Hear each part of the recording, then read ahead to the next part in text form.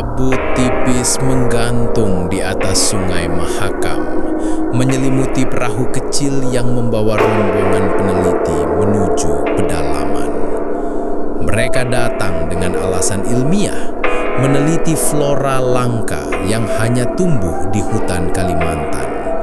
Namun di antara penduduk desa beredar bisikan bahwa hutan itu bukan sekadar rimba, melainkan tanah terkutuk milik suku tua yang sudah lama menghilang. Malam pertama, suara-suara aneh terdengar dari balik pepohonan.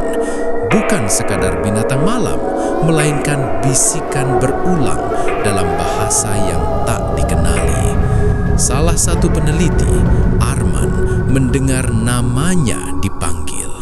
Saat ia menoleh, bayangan hitam berwujud manusia dengan mata merah menyala berdiri di tepi hutan. Penduduk desa memperingatkan, suku itu pernah melakukan ritual darah. Mereka mengikat roh hutan dengan kutukan agar tak ada yang mengganggu tanah mereka. Siapapun yang masuk tanpa izin akan dipanggil satu persatu oleh roh penjaga. Arman menganggapnya tak lebih dari mitos. Namun keesokan harinya, ia ditemukan di tepi sungai dengan tubuh penuh luka ukiran menyerupai simbol kuno. Simbol itu persis sama dengan pahatan di batu keramat yang hanya muncul saat bulan purnama.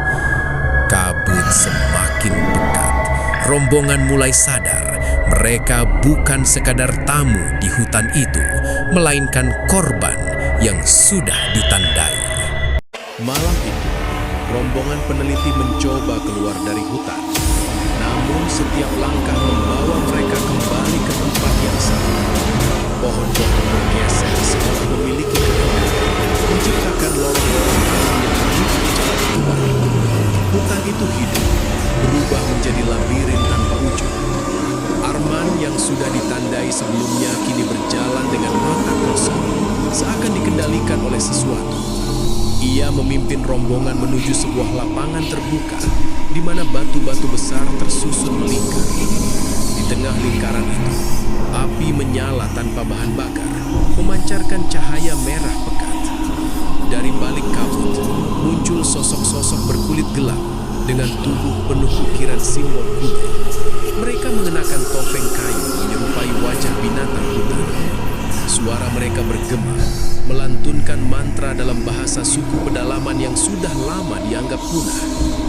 Darahmu adalah kunci, ingatanmu adalah persembahan, tubuhmu adalah jalan. Ritual dimulai. Arman diletakkan di tengah lingkaran. Tubuhnya bergetar hebat. Simbol-simbol di kulitnya bersinar, lalu menyebar ke tanah, membentuk pola raksasa menyerupai peta labirin. Rombongan menyadari mereka bukan hanya tersesat, tetapi sedang berada di dalam ritual kutukan yang menjadikan hutan sebagai altar hidup. Kabut semakin pekat, suara mantra semakin keras. Satu persatu peneliti mulai kehilangan arah, terhisap ke lorong-lorong hutan yang berubah bentuk. Labirin itu menelan mereka, sementara suku pedalaman menari di sekitar api, menandai korban berikutnya. Kabut semakin menebal, menelan cahaya bulan. Para peneliti berlari, namun setiap lorong hutan membawa mereka ke tempat yang sama. Lingkaran batu dengan api merah yang tak pernah padam.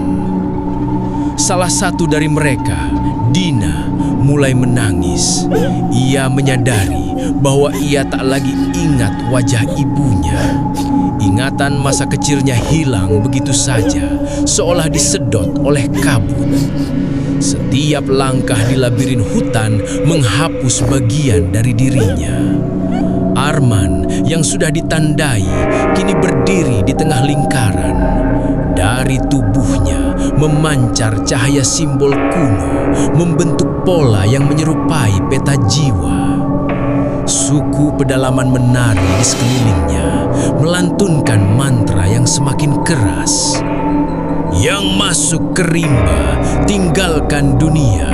Yang tersisa hanyalah darah dan jiwa. Dina melihat sosok-sosok peneliti lain mulai kehilangan identitas.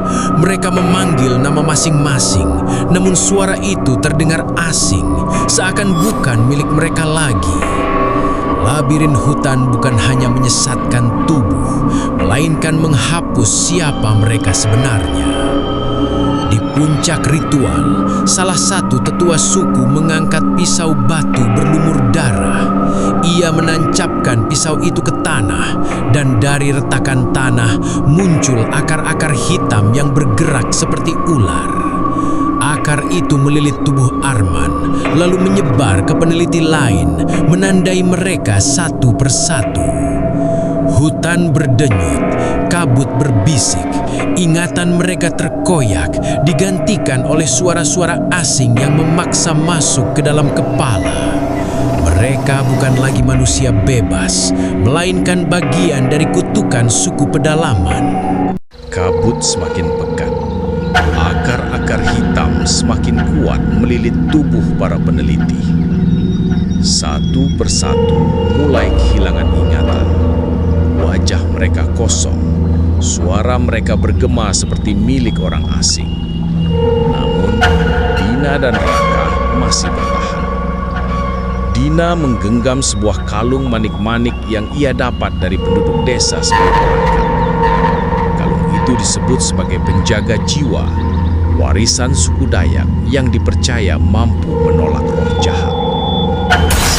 Raka, dengan tubuh penuh luka, menemukan sebuah obor yang entah bagaimana tetap menyala meski hujan kabut terus turun. Ketika tetua suku menancapkan pisau batu ke tanah, akar-akar hitam merayap ke arah Dina. Namun kalung itu bersinar, memantulkan cahaya putih yang membuat akar-akar itu mundur. Raka berlari ke tengah lingkaran, mengangkat obor dan menyalakannya ke arah simbol-simbol di tanah. Api itu bukan sekadar api biasa. Ia membakar simbol kutukan, membuat pola labirin mulai runtuh. Suku pedalaman menjerit.